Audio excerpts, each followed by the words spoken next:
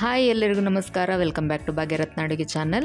ನಾನಿವತ್ತು ಹೆಸರು ಕಾಳು ಸಾಂಬಾರು ಮಾಡೋದು ಹೇಗೆ ಅಂತ ಹೇಳ್ಕೊಡ್ತಾ ಇದ್ದೀನಿ. ಅದಕ್ಕೂ ಮುಂಚೆ ನಮ್ಮ ಚಾನಲ್ನ ಯಾರೆಲ್ಲ ಸಬ್ಸ್ಕ್ರೈಬ್ ಮಾಡ್ಕೊಂಡಿಲ್ಲ ದಯವಿಟ್ಟು ಸಬ್ಸ್ಕ್ರೈಬ್ ಮಾಡ್ಕೊಂಡು ನೋಡಿ. ಮೊದಲಿಗೆ ನಾನು ಸ್ಟವ್ ಅಂಟಿಸಿ ಒಂದು ಕುಕ್ಕರ್ನ ಇಟ್ಕೊಂಡಿದ್ದೀನಿ. ಅದಕ್ಕೆ 1 ಕಪ್ ಆಗುವಷ್ಟು ಹೆಸರು ಕಾಳನ್ನ ತೊಗೊಂಡು ಅದನ್ನು ಚೆನ್ನಾಗಿ ವಾಶ್ ಮಾಡಿ ಈಗ ಹಾಕ್ಕೊಳ್ತಾ ಇದ್ದೀನಿ ಕುಕ್ಕರಿಗೆ. ಆಮೇಲೆ 1 ಈರುಳ್ಳಿನ ಉದ್ದಕ್ಕೆ ಕಟ್ ಮಾಡಿ ಹಾಕ್ಕೊಳ್ತಾ ಇದ್ದೀನಿ. ಆಮೇಲೆ 8 ರಿಂದ 10 ಬೆಳ್ಳುಳ್ಳಿ ಎಸಲನ್ನು ಹಾಕ್ಕೊಳ್ತಾ ಇದ್ದೀನಿ.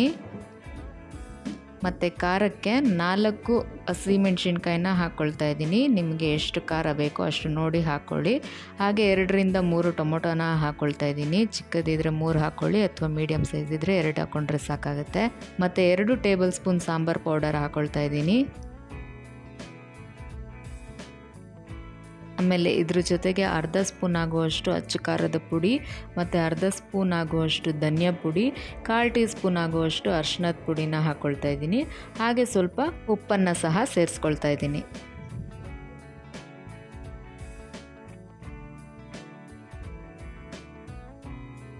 ಇದಿಷ್ಟು ಹಾಕೊಂಡ್ಮೇಲೆ ನಾನು ನೀರನ್ನ ಆ್ಯಡ್ ಮಾಡ್ಕೊಳ್ತಾ ಇದ್ದೀನಿ. ಆ ಕಾಳು ಮುಳುಗೋ ಅಷ್ಟು ನೀರನ್ನು ಹಾಕ್ಕೊಳ್ತಾ ಇದ್ದೀನಿ.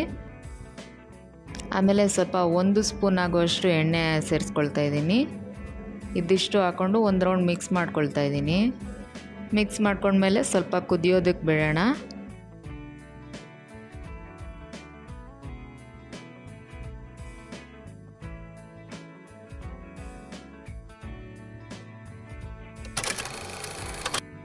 ನೋಡಿ, ಈಗ ಚೆನ್ನಾಗಿ ಕುದಿಯೋಕ್ಕೆ ಸ್ಟಾರ್ಟ್ ಆಗಿದೆ. ಈಗ ನಾನು ಕುಕ್ಕರ್ ಲಿಡ್ನ ಕ್ಲೋಸ್ ಮಾಡಿ ನಾನು 6 ರಿಂದ 7 ವಿಷಲ್ನ ಕೂಗಕ್ಕೆ ಬಿಡ್ತೀನಿ. ನೋಡಿ, ಈಗ 6 ರಿಂದ 7 ವಿಷಲ್ ಕೂಗಾದ್ಮೇಲೆ ಫುಲ್ಲು ಕುಕ್ಕರ್ ತಣ್ಣಗಾಗಿದ್ಮೇಲೆ ನಾನು ಕುಕ್ಕರ್ ಲಿಡ್ನ ಓಪನ್ ಮಾಡ್ತಾಯಿದ್ದೀನಿ. ಈಗ ಕಾಳುಗಳೆಲ್ಲ ಚೆನ್ನಾಗಿ ಬೆಂದಿದೆ. ಈಗ ಇದನ್ನು ಚೆನ್ನಾಗಿ ಸ್ಮ್ಯಾಶ್ ಮಾಡ್ಕೊಳ್ಬೇಕಾಗತ್ತೆ. ತುಂಬ ಸ್ಮ್ಯಾಶ್ ಮಾಡೋದು ಬೇಡ, ಕಾಳುಗಳು ಸ್ವಲ್ಪ ಸ್ವಲ್ಪ ಕಾಣ್ತಾ ಇರಬೇಕು. ಆವಾಗನೇ ಬಾಯಿಗೆ ಸಿಕ್ಕಿದ್ರೆ ಆವಾಗ ಚೆನ್ನಾಗಿರುತ್ತೆ. ನೋಡಿ, ಇಷ್ಟು ಸ್ಮ್ಯಾಶ್ ಮಾಡಿಕೊಂಡ್ರೆ ಸಾಕಾಗುತ್ತೆ. ಈಗ ಸಾಂಬಾರು ಹದ ನೋಡಿಕೊಂಡು ನಿಮಗೆ ಯಾವ ಹದ ಬೇಕೋ, ಗಟ್ಟಿ ಬೇಕು ಅಂದರೆ ಗಟ್ಟಿಯಾಗಿ ಸ್ವಲ್ಪ ನೀರು ಹಾಕ್ಕೊಳ್ಳಿ, ಅಥವಾ ಸಾಂಬಾರು ಇನ್ನೂ ತೆಳ್ಳಗೆ ಬೇಕು ಅಂತಂದರೆ ಸ್ವಲ್ಪ ಜಾಸ್ತಿನೇ ನೀರನ್ನ ಸೇರಿಸ್ಕೊಳ್ಬೇಕಾಗತ್ತೆ. ನಾನು ಈ ಹದಕ್ಕೆ ನೀರು ಹಾಕ್ಕೊಂಡಿದ್ದೀನಿ. ಈಗ ಈ ಸಾಂಬಾರನ್ನ ಕುದಿಯೋಕ್ಕೆ ಬಿಡೋಣ.